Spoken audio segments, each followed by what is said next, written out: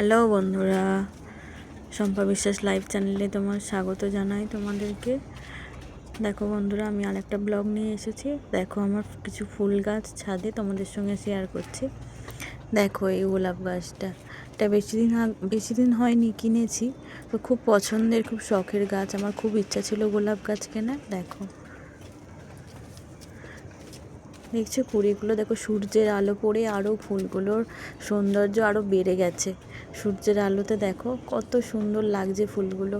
এই কুড়িগুলো কিছুদিন পর আবার ফুটবে, তাই না? খুব ভালো লাগছে ফুলগুলো দেখে।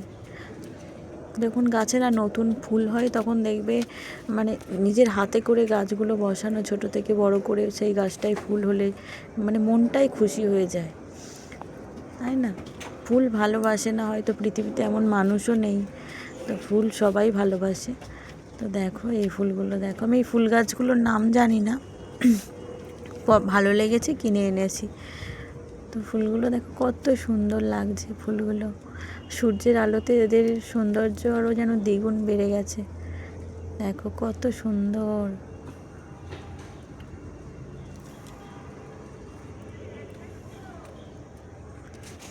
কত সুন্দর ফুলগুলো। দেখো এই ফুলটা দেখো। এই বন্ধুরা, এই ফুলগুলোর যদি নাম তোমরা জানো কমেন্ট করো।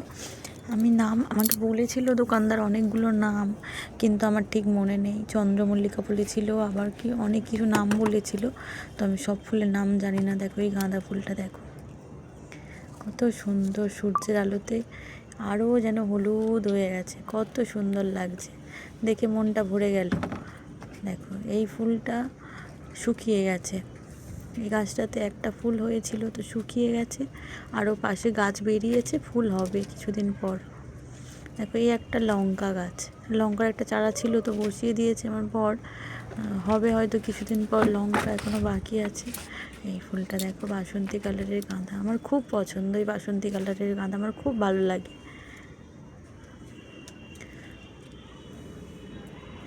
ফুলগুলো যতটা না এমনি সুন্দর লাগতো, সূর্যের আলোতে দেখো কত সুন্দর লাগছে, খুব ভালো লাগছে দেখতে। কিছু কিছু গাছ আমার এখনও আছে, উপরে তোলা হয়নি, ছাদের উপর। কারি পাতা গাছ, আকন্দ ফুল গাছ, হলুদ গাছ বসিয়েছিলাম, এখনও নিচে অনেকগুলো গাছ রয়েছে। এই ফুলটা দেখো কত সুন্দর দেখতে। তো আমারও একটা জবা ফুল গাছ ছিল, বড় জবা ফুল গাছ। এই গাঁদাটা দেখো, এই গাঁদা ফুলগুলোকে তোমরা কি বলো? আমরা তো রক্ত গাঁদা বলি। তো গাঁদা ফুলটা দেখো কত সুন্দর দেখতে। মানে একটা জবা ফুল গাছ ছিল, তো জবা ফুল গাছটা না একটা জবা থেকে আরেকটা ঝুমকো মতো আরেকটা জবা, মানে ডবল জবা হতো। তো গাছটা আর উপরে তোলা যাবে না, এত বড় গাছ হয়ে গেছে, ছাদের উপর তোলা যাবে না। দেখো আমার বাসন্তী কালার গাঁদা খুব পছন্দ, খুব সুন্দর, গাছ ভর্তি ফুল হয়েছে, আবার একটা কুঁড়িও আছে।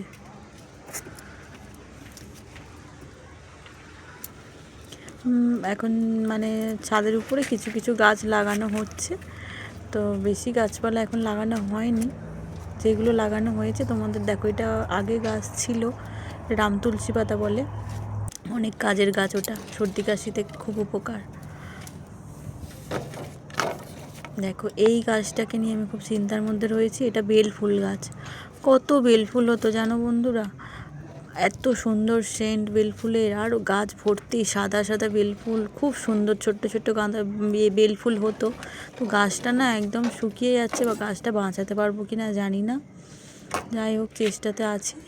এই গাছটার কী নাম জানি না, তোমরা জানলে কমেন্ট করো। এই গাছটায় খুব সুন্দর ফুল হয়, সাদা সাদা খুব সুন্দর ফুল হয়।